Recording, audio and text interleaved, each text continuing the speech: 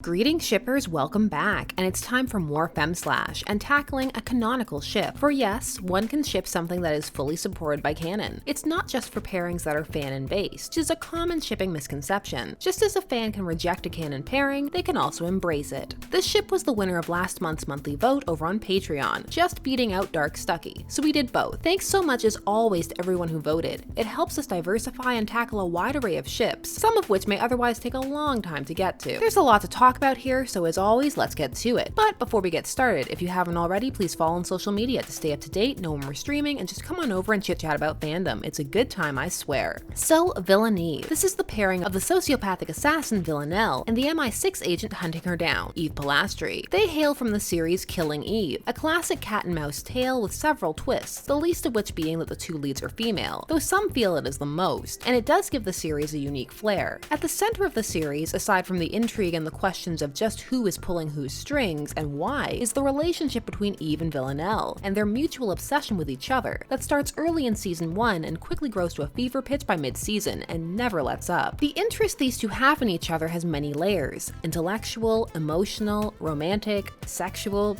hate. There's a lot going on, and it must be said again, it's all canonical, and most of it is solid text. There is very little sub in this text. As a result, what you have is a series where this relationship is very discussed and very out in the open, which has resulted in the series managing to avoid a complaint that plagues many series, those with and without queer themes, that of queerbaiting, as the relationship is set up from the start as an obsessive and unhealthy one. As a result, the will they won't they aspect of this tale is not regarded as queerbait by most viewers, as the will they won't they have very good canonical reasons for being there, namely that one of the players is a murderer, who has murdered people close to the other protagonist. If this sounds Hannibal-y, it does indeed skirt that territory, though Killing Eve never fully forgets that Eve is a bad person, though it does endeavor to humanize and make the viewer sympathize with her, and very much succeeds. While Hannibal could at times fall just as in love with its protagonist as the fans, and arguably will. Also, the two sets of protagonists are very different. This series has been hailed as unabashedly queer and feminist in its very nature. Some feel it has avoided the typical fetishization of female queer relationships, while others feel it very much is still highly fetishized, and the fact that the showrunners are female, as are many of the writers, does not change how seductively and enticingly these scenes are shot. As a result, some feel it could still be viewed as highly fetishistic. Mileage, of course, will vary. Some very much enjoy this element. Needless to say, this series has many moments, and is definitely worthy of its own Shippable Moments video. In terms of the show's themes, as it is so reviewed and discussed, it is possible that some of the review's tones may have frightened off some potential audience members, and not just male ones, but rather those seeking fun and escapism, which does not preclude that a series need not be doing something, but some of these reviews will feature buzzwords such as suffers no cis males, or patriarchy's impact on the already delicate complexities of female relationships, so some have steered clear fearing they're in for a lecture of some kind, or some very angry fare. But the series is anything but. It explores a variety of topics through the tale it tells, as well as indeed how it is being told and by who, but never loses sight of its main mission, telling an intriguing story while showcasing that such tales can be told with female leads. Also, side note, as a general rule, when possible, always check something out for oneself, as just because a review says something doesn't mean it's accurate, or that upon checking out the material that you will agree. A good example of this is how season-run showrunner Phoebe Waller-Bridge described the relationship between these two leads, stating, "The two give each other life in a way that's more complex than a romantic relationship. It's sexual, it's intellectual, it's aspirational." Some who have watched the series feel that this is exactly accurate, while others feel, why does that have to be more than a romantic relationship? Can't a romantic relationship be all of those things? Others are unconcerned and feel that if fans are scared off by such type of talk, then it's fine if they don't join the fandom. One of the feelings running through this series is that were it but for one change of circumstance or a few, these two characters would be lovers, with Bridge stating the two women are fueled by a volatile cocktail of ambition, curiosity, and morbid adoration. As you can see, there has been much discussion on these two, largely because they are canonical, so actors, series creators, and news/entertainment outlets feel much more comfortable to discuss this ship than they do ones with no acknowledgement or pure canonical backing, as there is that line that the mainstream likes to draw between shipping/fandom and canon, and canonical ships are an area where the twain meet, so there is often an attempt to legitimize these through discussion, lest they appear fanficky, a word used as an insult by most, though it belies a lack of exploration into transformative fandom. In this pairing's case, it also facilitates discussion since it is so layered and intriguing, which is apparently my word of the video. So with all of that said, let us meet the players. First up, Eve Pilastri. Eve changes quite a bit as the series unfolds, though it could be argued she is just becoming more and more who she already was. Fundamentally, Eve craves excitement. Her life is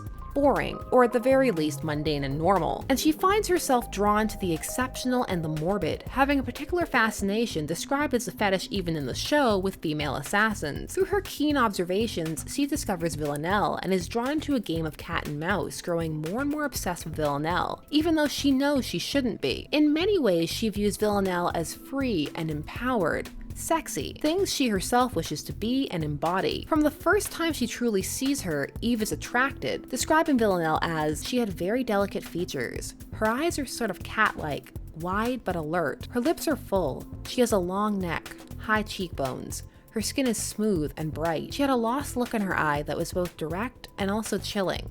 She's totally focused, yet almost entirely inaccessible. This interest is entirely mutual. Villanelle is a cold, calculating killer who sometimes leaves the cold behind for pure enjoyment. She revels in her life's excesses, such as clothes and sex, and yet she too longs for a break in the routine and finds that in Eve, whom she is instantly drawn to, at first captivated by her bountiful locks. Thrilled to be being challenged and also to have someone so clearly intrigued by her, Villanelle is the first to up the ante in their game, but also to turn it deadly. She also is the first to send gifts, which Eve finds herself incorporating into her life. These two women in many ways function as parallels to one another, for better and for worse, both ambitious, driven, and seeking to live life on their own terms, away from expectations. It is their differences in personality and circumstances that change their lives' course and ultimately keep them apart, even as they find themselves hopelessly attracted to one another. There are some who will feel that that is the Cliff Notes version, and if one is interested in hearing even more about these two, then simply dive in, because people are doing analyses upon analyses. So why do people ship these two? Well, for one thing, it is largely what the series is about, these two's relationship. But it's a very slow burn, not just jumping each other's bones relationship, so it provides fodder for a couple of different types of shippers. Those who want to explore this nuance, those who are thrilled at such a prominent queer relationship, and those who want these two to hurry up and get it on, smut lovers. And of course, people can vacillate or enjoy all three or have something else drawing them to it. The sequences between these two, even when they are not together on screen, can also be highly seductive, shot not necessarily sexually, though some are, but still very enticing and erotic at times, which can be highly suggestive and leave much, especially in the female viewer, to be explored. Some use fandom as that outlet for exploration. What some find more curious is why do people not ship these two? While some jump instantly to assumptions of bigotry, there is more here to discuss. The series may be acclaimed, but not everyone has heard of it. It is a little niche and also definitely for older viewers, and as a result doesn't have the same reach as, say, a Supernatural, which as a result appeals to and reaches a much wider audience. The themes in this are far too unsubtle and constant to be mistaken for anything else, so while some reject it because they don't gravitate to Femslash, some out of preferences, others indeed out of some internalized bias, unconsciously perhaps rejecting the couple's queerness or interracialness, or both, though one should never just assume that, as it can quite quickly close conversations and be condescending or arrogant. However, trends do stand, and some feel that is the dominant cause, while others feel that these two are not good people and they don't want them together. They cannot empathize with one or both, or this genre, which some have dubbed murder porn, arguing that even if the relationship isn't fetishized, murder and sociopathy are, and they aren't okay with that. In short, this entire type of pairing isn't their cup of tea, no matter who it involves. And some are not down for the violence in these two's relationship, feeling that it is inherently abusive, worrying about those who are drawn to it feeling that it is setting a negative example, while others feel this is where the escapism element comes in, and that isn't the aspect of the relationship that people are enjoying. And there are of course those who point out that they feel it is important to maintain a separation between fiction and reality,